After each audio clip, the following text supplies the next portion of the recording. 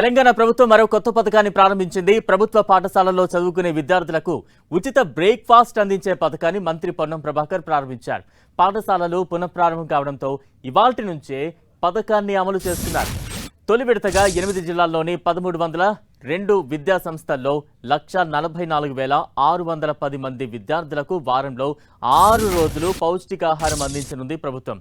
కొత్త విద్యా సంవత్సరంలో ఈ పథకాన్ని రాష్ట్ర వ్యాప్తంగా 29 లక్షల మంది విద్యార్థులకు బ్రేక్ఫాస్ట్ అందిస్తున్నారు.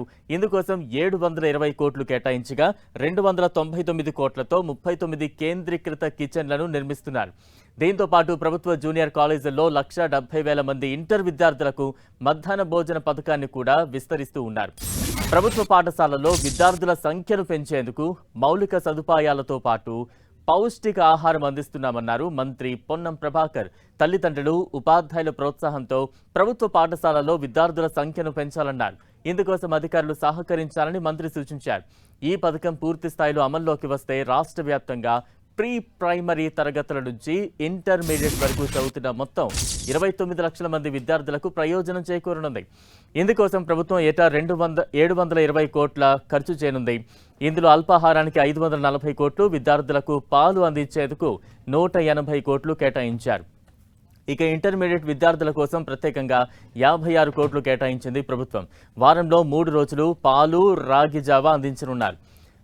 మొదటి విడతలో ఈ పథక నిర్వహణ బాధ్యతలను Hare Krishna movement charitable trust, Manna ట్రస్ట్లకు అప్పగించారు. హరే కృష్ణ మూవ్మెంట్ సంస్థ వికారాబాద్, నారాయణపేట, సంగారెడ్డి, రంగారెడ్డి, హనుమకొండ, వరంగల్ జిల్లాల్లోని 1162 పాఠశాలలతో పాటు 21 జూనియర్ కళాశాలల్లో ఈ పథకాన్ని అమలు చేస్తుంది. మన్నా ట్రస్ట్ సంస్థ హైదరాబాద్, మేడ్చల్, మల్కాజ్గిరి జిల్లాల్లోని 107 పాఠశాలలు, 12 కళాశాలల్లో బాధ్యతలు నిర్వహిస్తుంది. దీంతో పాటు ఇప్పటివరకు కేవలం పాఠశాలలకే పరిమితమైన మధ్యాహ్న భోజన పథకాన్ని ఇకపై ప్రభుత్వ జూనియర్ కళాశాలల్లోని ప్రథమ, ద్వితీయ సంవత్సర విద్యార్థులకు కూడా విస్తరించాలని ప్రభుత్వం కీలక నిర్ణయం తీసుకుంది. నేటి నుంచే 33 కళాశాలల్లో ఇది ప్రారంభం కానుంది. రాష్ట్ర వ్యాప్తంగా ఉన్న 430 ప్రభుత్వ కళాశాలల్లోని 1.70 లక్షల మంది విద్యార్థులకు త్వరలోనే ఈ మధ్యాహ్న భోజనం వర్తింపజేయనున్నారు.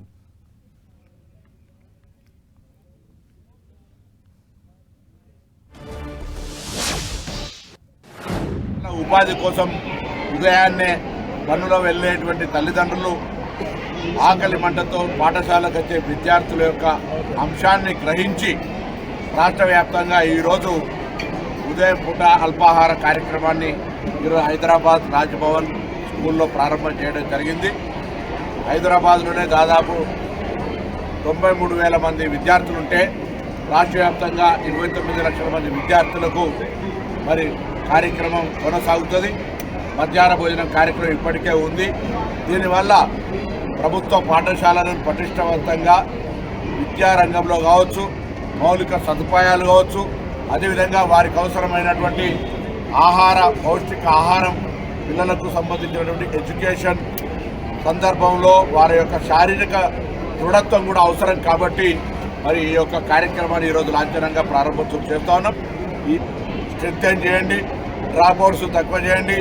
ప్రైవేటు విద్య కంటే ప్రభుత్వ విద్య నాణ్యమైనది. మన పాఠశాలలో క్వాలిఫైడ్ అనేకమైనటువంటి అర్హతలు కలిగి ప్రవేశ పరీక్షలు రాసి ఉన్నటువంటి అధ్యాపక వర్గం ఉంది. వాళ్ళందరూ కూడా అధ్యాపక వర్గాన్ని, ఉద్యోగ టీచర్ల సంఘాలను కూడా కోరుతూ ఉన్నాం. పటిష్టంగా ప్రభుత్వ పాఠశాలలు తయారైనప్పుడే ఉపాధ్యాయ వృత్తికి గౌరవము, ఉపాధ్యాయ కులానికి గౌరవం. ప్రభుత్వ పాఠశాలను ప్రోత్సహించండి, ప్రభుత్వ విద్యను ప్రోత్సహించండి. తప్పకుండా ఆ తల్లిదండ్రుల ఆకాంక్షలకు అనుగుణంగా నాణ్యమైన విద్యను అందించేటువంటి బాధ్యత ప్రభుత్వం పట్ల అధ్యాపకులదనే మాట.